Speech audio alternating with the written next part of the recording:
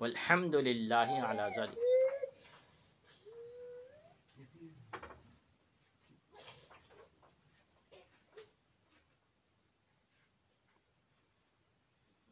مجموعے کے بندے حسن نو بنا نہاد ہم وقت پاکے شیخس جمیعتی دہاد،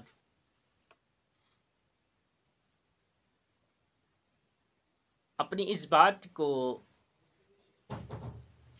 حضرت امیر حسن اعلیٰ سجزی یوں بیان کرتے ہیں: جس مجموعے کی نئی بنیاد حسن خادم نے رکھی ہے، اس کو حسن کے پیر کا وقت پاک اور جمیعت یعنی پورا کرائے، کامیاب فرمائے۔ پہلی مجلس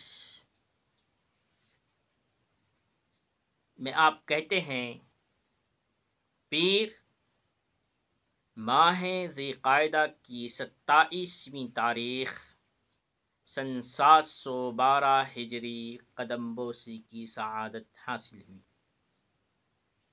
پیر ذی قعدہ کی 27ویں تاریخ سن 712 ہجری کو ان ملفوظات کا آغاز ہوا، پہلی مجلس مرتب ہوئی۔ فرماتے ہیں اس مجلس میں طبقات کا ذکر نکلا۔ کتنے طبقات ہیں اس کے حوالے سے بات چیت ہوئی۔ ارشاد ہوا کہ پیغمبر علیہ السلام نے فرمایا ہے، میرے بعد میری امت 5 طبقوں میں ہوگی۔ میرے بعد میری امت 5 طبقوں میں ہوگی، ہر طبقے کی مدت 40 سال ہوگی۔ ہر طبقے کی مدت 40 سال ہوگی۔ وہ 5 طبقے کون سے ہیں؟ ان 5 طبقوں کا نام کیا ہے اور ان 5 طبقوں کا خلاصہ، اور وہ 5 طبقے والے کون کون لوگ ہیں، ان ساروں کی تفصیل یوں فرماتے ہیں: پہلا طبقہ الطبقۃ الاولی طبقۃ العلم والمشاہدہ۔ پہلا طبقہ علم و مشاہدے کا ہے۔ دوسرا طبقہ بر یعنی نیکی اور تقوی کا ہے۔ تیسرا طبقہ تواصل اور تراحم کا ہے۔ چوتھا طبقہ تقاطع و تدابر کا ہے۔ پانچواں طبقہ حرج اور مرج کا ہے۔ اب یہ پانچوں طبقے کیا کیا ہیں اور ان پانچوں طبقوں میں کون کون لوگ آتے ہیں، یہ آپ بیان کرتے ہیں۔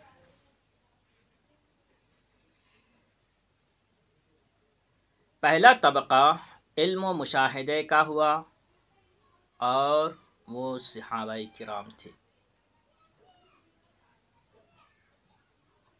اس کے بعد دوسرا طبقہ بر اور تقوی کا ہوا، وہ تابعین تھے۔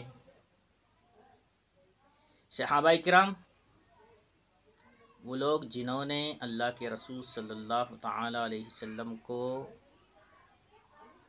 اپنی آنکھوں سے دیکھا اور مشرف بالاسلام ہوئے اور ایمان کی حالت میں دنیا سے چلے گئے، انہیں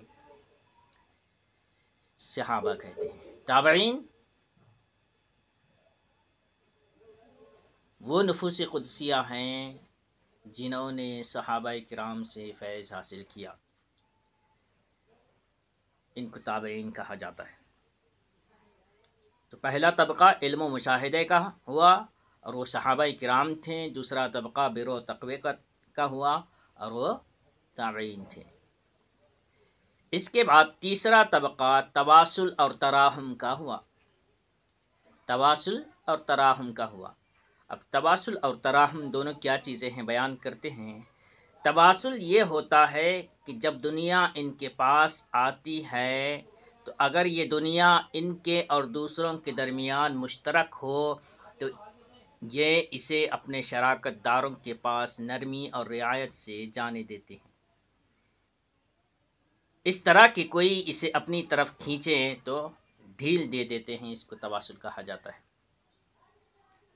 اگر دنیا ان کے پاس اور ان کے ساتھی دوسرے کے پاس اگر آتی ہے تو وہ کیا کرتے ہیں، جو اس میں شریک ہوتا ہے اس شریک کے پاس، دوسرے ساتھی کے پاس اسے جانے سے نرمی اور رعایت کے ساتھ جانے دے دیتے ہیں۔ ایسا نہیں کرتے کہ اپنے ہی پاس کھینچ کے رکھ لیتے ہیں، بلکہ جانے دیتے ہیں۔ اس طرح کہ کوئی اسے اپنی طرف کھینچے تو ڈھیل چھوڑ دیتے ہیں، اسی کو تواصل کہا جاتا ہے۔ لیکن تراحم کا معاملہ کچھ اور ہے، وہ یہ ہے کہ اگر دنیا پوری کی پوری بلا شرکت غیر ان کو مل جائے تو یہ اسے خرچ کر ڈالے۔ اگر دنیا بلا شرکت غیر یعنی ان کا کوئی پارٹنر نہ ہو تو مل جائے تو وہ کیا کرتے ہیں، پوری کی پوری خرچ کر ڈالتے ہیں اور راہ حق میں صرف کر دیتے ہیں، راہ حق میں صرف کر دیتے ہیں۔ اس کے بعد چوتھا طبقہ تقاطع اور تدابر کا ہے۔ اب تقاطع اور تدابر کیا ہوتا ہے؟ تقاطع یعنی ٹوٹنا، الگ ہونا، جدا ہونا۔ تقاطع یہ ہوتا ہے کہ اگر انہیں دنیا ملتی ہے تو اس کی حصے داری میں قطع تعلق اور دشمنی پہ اتر آتے ہیں۔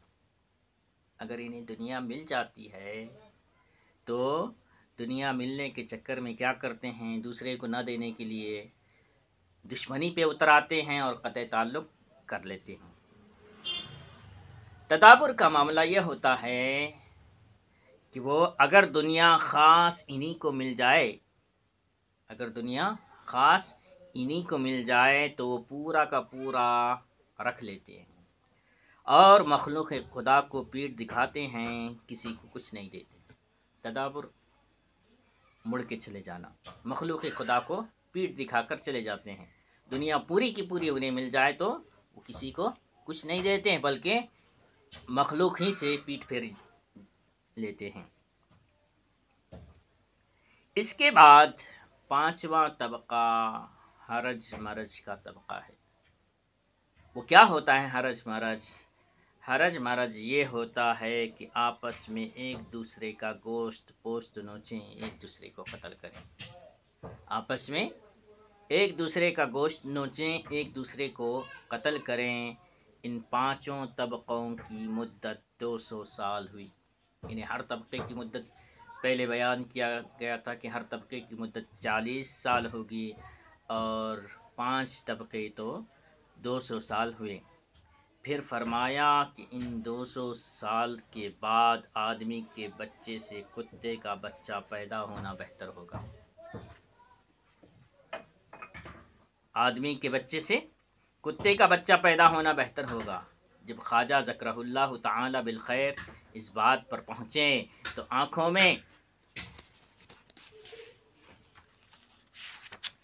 میں آنسو بھر لائے اور بولے کہ یہ حکم رسول اللہ صلی اللہ علیہ وسلم کی رحلت کے بعد 200 سال میں پورا ہو گیا ہے۔ آج کل کے بارے میں آدمی کیا کہے؟ آج کل کے بارے میں آدمی کیا کہے؟ جب نظام الدین اولیاء محبوب الہی کے زمانے میں کے دور میں کیا کہے تو آج کل تو اس سے اور حالت بری تر ہے۔ تبدیلی، ماحول کی تبدیلی، لوگوں کے مزاج کی تبدیلی، بلکہ مزید جو کچھ ان 5 طبقات میں ہوا، بلکہ آخری طبقے میں بلکہ اس سے زیادہ آج کل کی حالت ہو رہی ہے۔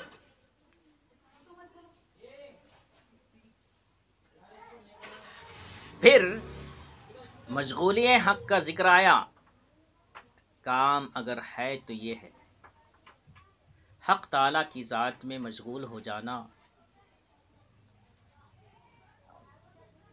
خدائے تعالیٰ سے لمحہ بر غافل نہ رہنا، ہمیشہ حق میں مشغول رہنا، خواجگان کے نزدیک یہی کام ہے۔ فرماتے ہیں مشغول حق کا ذکر آیا، کام اگر ہے تو یہ ہے، اس کے علاوہ جو کچھ ہے اس دولت کو روکنے والا ہے، یعنی اس کے علاوہ جو کچھ بھی کام ہے، یہ جو مشغولی حق کی جو دولت ہے اس دولت کو روکنے والا کام ہے۔ ارشاد ہوا کہ اگر کبھی اپنی پڑھی ہوئی کتابوں کا مطالعہ کرنے لگتا ہوں تو مجھے وحشت ہونے لگتی ہے، مجھے وحشت ہونے لگتی ہے، اور اپنے آپ سے کہتا ہوں کہ میں کہاں جا پڑا، میں کہاں جا پڑا۔ اس درمیان حکایت بیان فرمائی کہ شیخ ابو سعید ابو الخیر رحمۃ اللہ تعالی علیہ جب کمال حال کو پہنچے تو انہوں نے اپنی پڑھی ہوئی کتابوں کو کونے میں رکھ دیا۔ بعض کہتے ہیں کہ دھو ڈالا، اس کے بعد فرمایا کہ دھونے کی روایت درست نہیں ہے، دھونے کی روایت درست نہیں ہے، بس اتنا ہے کہ کہیں سنگوا کر رکھ دیا، یعنی کہیں اسے محفوظ جگہ پہ رکھ دیا۔ چنانچہ ایک روز ان کتابوں میں سے کوئی کتاب سامنے رکھ کر مطالعہ کرنے لگے، ایک کتاب میں سے کوئی کتاب سامنے رکھ کر مطالعہ کرنے لگے۔ ہاتف نے آواز دی اور کہا، اے ابو سعید، غیب سے آواز آئی، اے ابو سعید، ہمارے عہد نامے کو واپس کر دو کیونکہ تم غیر چیز میں مشغول ہو گئے ہو۔ اللہ اکبر۔ خواجہ ذکرہ اللہ تعالی جب اس بات پر پہنچے تو رونے لگے اور یہ دو شعر زبان مبارک پر جاری ہو گئے۔ تو سائے دشمنی کجا در گنجی، تو سائے دشمنی کجا در گنجی، جائے کہ خیال دوست زحمت باشد، کہ تم نے دشمنی کے سائے کی گنجائش کہاں نکالی ہے، تم نے دشمنی کے سائے کی گنجائش کہاں نکالی ہے، اس جگہ جہاں دوست کا خیال تک زحمت بن جاتا ہے۔ مشغولی حق کے معاملے میں جو ہے دشمن کے سائے کی گنجائش بھی نہیں ہے، بلکہ حال یہ ہے کہ ایسی جگہ ہے، ایسا مقام ہے کہ یہاں دوست کا خیال بھی زحمت بن جاتا ہے۔ کتابوں کا مطالعہ کرنے لگے، ہاتف غیب سے آواز آئی کہ تم ہمارے عہد کو واپس کر دو، یعنی جس جگہ مشائخ اور فقہ کی کتابیں اور احکام شریعت وہاں حجاب ہوں اور چیزیں کیا کیا ہوں، جہاں مشائخ اور فقہ کی کتابیں اور احکام شریعت حجاب ہوں وہاں اور چیزیں کیا ہوں گی۔ جب یہ چیزیں جو کامیابی تک پہنچانے والی ہیں، یہی چیزیں اگر حجاب ہو جائیں تو دوسری اور چیزوں کا کیا حال ہوگا۔ یقیناً حقیقتاً مشغولی حق ہی کام ہے، اس کے علاوہ ساری چیزیں بیکار ہیں، اور یہاں دشمنی کی تو دور کی بات، دوست کا خیال بھی زحمت ہے۔ واہ واہ، کس قدر مشغولی حق تعالیٰ سے، کہ اس طرح کا مشغول ہو جانا یہ انہی کا حصہ ہے۔ ہم اللہ تبارک و تعالیٰ سے دعا کرتے ہیں، اللہ تبارک و تعالیٰ سے دعا کرتے ہیں کہ اللہ تبارک و تعالیٰ ہمیں ہمارے خواجگان، صوفیاء کرام، مشائخ اعظام کے مشغولی حق کا ہمیں حصہ عطا کرے، ان کی مشغولی حق کی ہمیں برکات اور ان کا فیضان عطا کرے۔ اللہ تبارک و تعالیٰ آج یہ ہماری تیسری جلد سے الحمدللہ پہلی مجلس ختم ہوا چاہتی ہے، ہمیں ان ملفوظات کو سمجھنے، سمجھانے، اس پر عمل کرنے، اسے دنیا بھر پہنچانے کی توفیق عطا فرمائے۔ وآخر دعوانا ان الحمد للہ رب العالمین۔ السلام علیکم ورحمۃ اللہ تعالی وبرکاتہ۔